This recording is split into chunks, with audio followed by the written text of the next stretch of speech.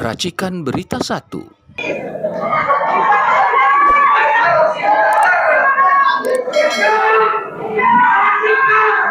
Assalamualaikum warahmatullahi wabarakatuh. Salam sejahtera bagi kita semua. Saya diundang kemari, kemudian saya tanya acara apa, deklarasi menolak kriminalisasi terhadap 12 aktivis ini.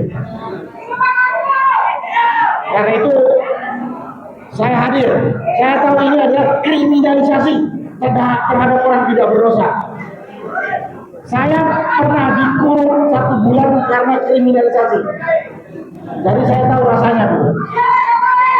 Menurut saya yang namanya kriminalisasi ini sama dengan fitnah. Orang tidak bersalah dituduh bersalah. Ini kan fitnah. Ingat orang-orang tua kita dulu, senior dulu mengatakan fitnah itu lebih kejam dari pembunuhan.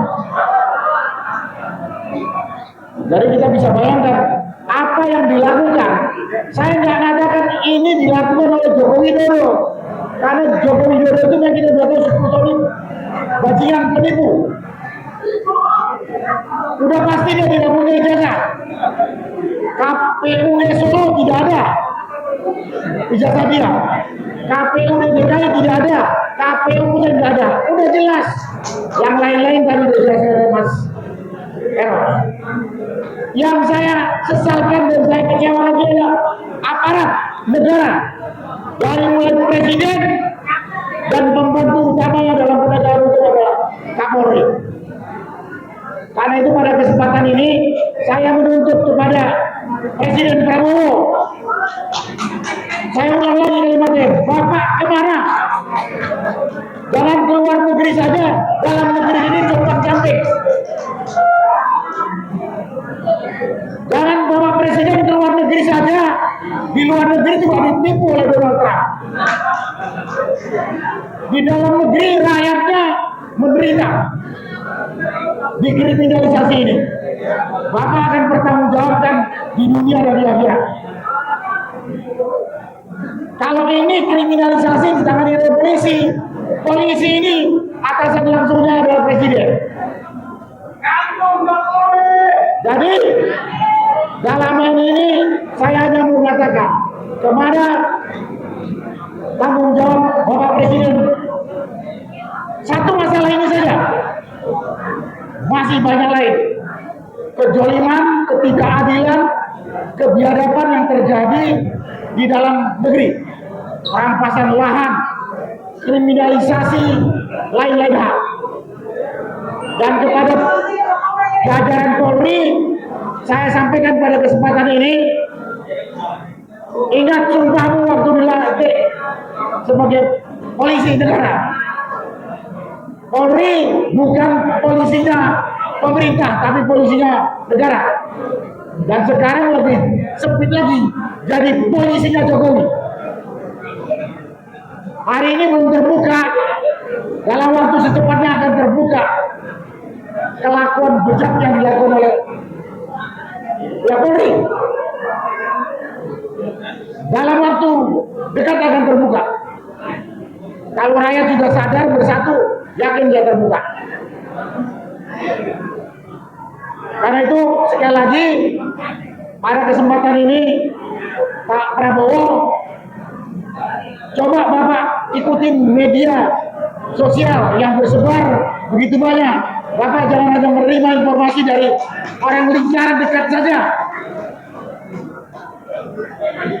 Dalam satu medsos saya pernah berkata di depannya Mas Eros, saya tahu yang namanya Presiden Prabowo ini tidak atau jarang sekali melihat berita di media sosial. Kita juga akan shopping telinga sekitar.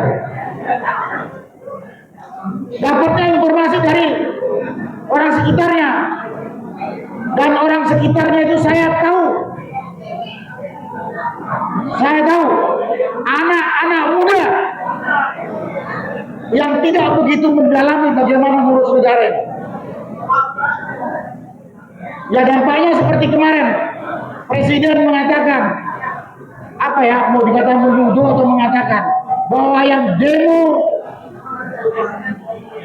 yang menyatakan Indonesia gelap di biaya yang koruptor. Kembali Pak, kembali. Koruptor tuh ingin gelap. Padahal anak-anak ini mengatakan sekarang gelap, mari kita bikin terang. Dan kalau terang, mati itu koruptor. Jadi Bapak jangan dengar berita dari orang-orang sekeliling Bapak yang tidak bertanggung jawab. Inilah yang bisa saya sampaikan. Saya nuntut kepada Presiden, kemana Bapak? Rakyat Bapak ini udah teriak dari Sabang sampai Merauke. Polisi, Polri, bersikaplah profesional, jujur, adil.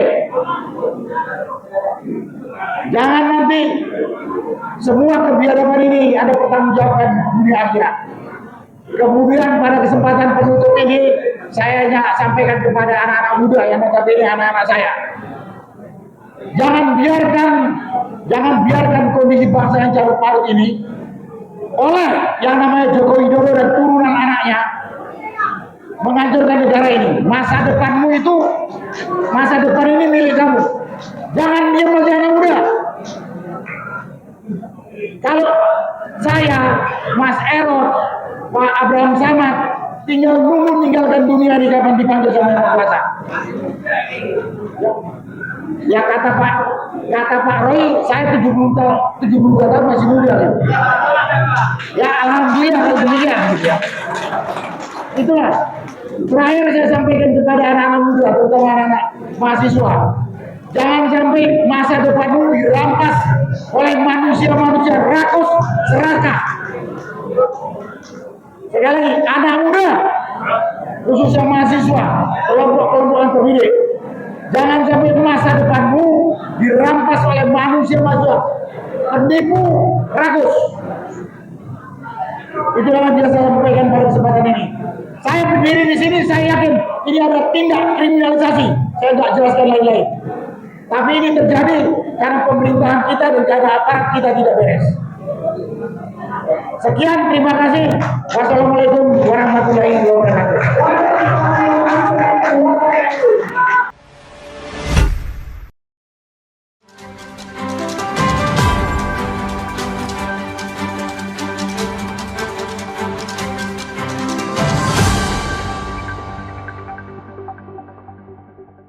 Racikan Berita 1.